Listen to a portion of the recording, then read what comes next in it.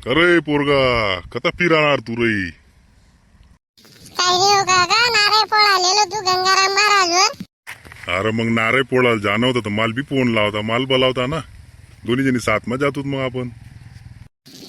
आमले काही माहित नाही तुम्ही हिरण असं माहित राहत तर तुमले बी लई जातो आम्ही.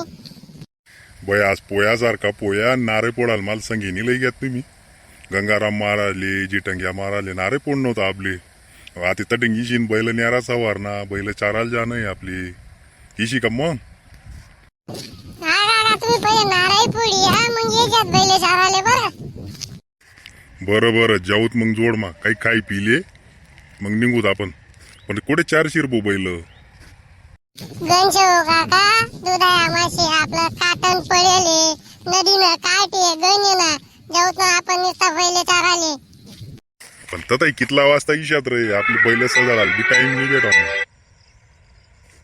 इजूत ना हो काका, 1:30 वाजता आपण बैल चारायला घेऊ का? मग येऊ 1:30 वाजता, 1:30 वाजता पासून चालू कर देऊ बैल सजाडणं.